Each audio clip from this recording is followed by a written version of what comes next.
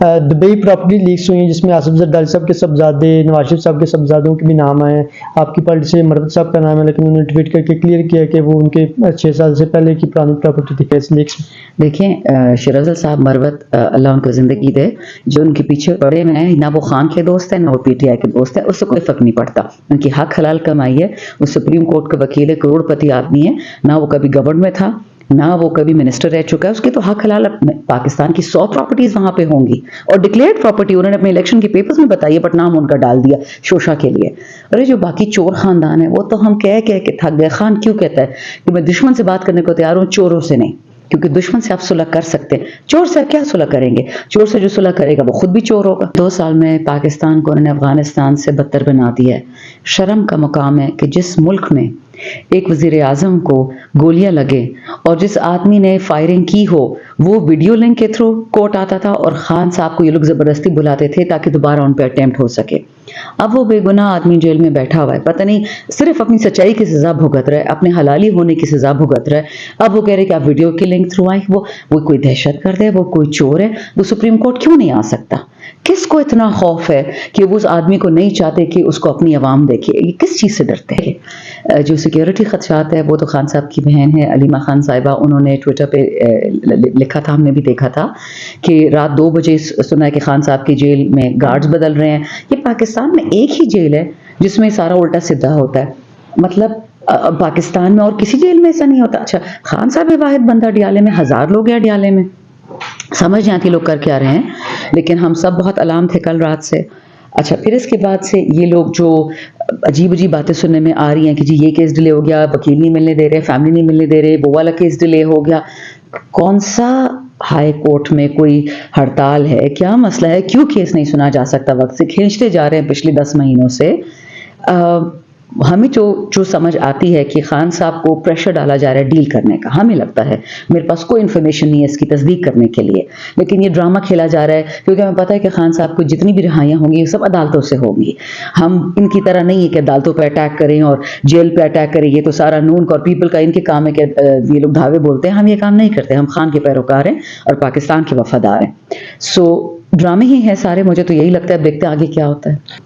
Last میں یہ بتا دیجیے، عمران خان صاحب نے صحافیوں سے گفتگو میں گزشتہ دن کہا تھا کہ وہ آرمی چیف صاحب کو موجودہ حالات کے حوالے سے خط لکھنے جا رہے ہیں۔ عطا طاہر صاحب کہہ رہے ہیں کہ ایک طرف وہ آرمی چیف صاحب کو ان پر تنقید بھی کر رہے ہیں، دوسری طرف انہیں کوئی خط لکھ رہے ہیں، تو وہ کس حیثیت سے خط لکھ رہے ہیں، اس پر کیا کہیں؟ عطا طاہر صاحب کو پہلے اپنے پرائم منسٹر اور اپنی چیف منسٹر اور جو لندن والے بھگوڑے ہیں ان سے بات کر لیں کہ آپ ہمیں پی ایم کی کیا فکر ہے؟ ہمارا آدمی تو الحمدللہ مرد مومن ہے، مرد مجاہد ہے، کو اپنا گھر ٹھیک کر لیں، ہمارے گھر کی فکر نہ کریں۔ تو کیا لگتا ہے کہ جیل میں عمران خان صاحب کو یہ ایکسرسائز حاصل ہے کہ وہ خط پہ لکھ سکتے ہیں؟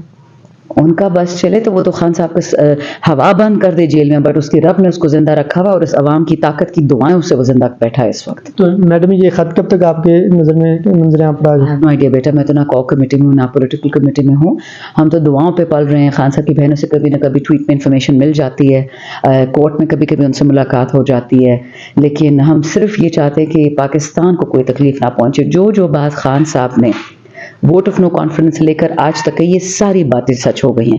معیشت ڈوب گئی، لوگ تباہ برباد، جیلوں میں رل رہے ہیں۔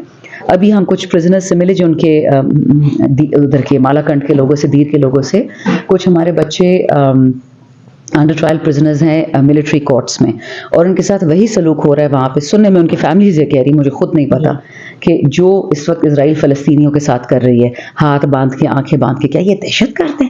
کیا یہ گناہ ہے کہ آپ اپنے پرائم منسٹر کو، ہمارے پرائم منسٹر کو ہائی کورٹ کے پریمیسز میں ایک آدمی بیٹھا تھا، 200 سے زیادہ بندے آئے اس کو اٹھانے کے لیے بزدل کے بندوقوں کے ساتھ، اور وہ نہتا تھا اور ان کی دکھی ٹانگ پہ مار مار کے ان کو لے کے گئے، ان کو گردن سے کھینچا۔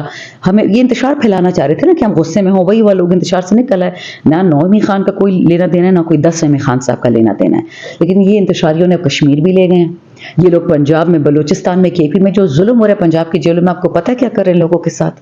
تو یہ تو میں آپ کو بتا دوں، یہ چیز سسٹین نہیں ہو سکتی۔ اور خان صاحب بار بار بولتے ہیں ہم فوج کے خلاف، پولیس کے خلاف، عوام کے خلاف، شہداء کے خلاف نہیں نکلیں گے۔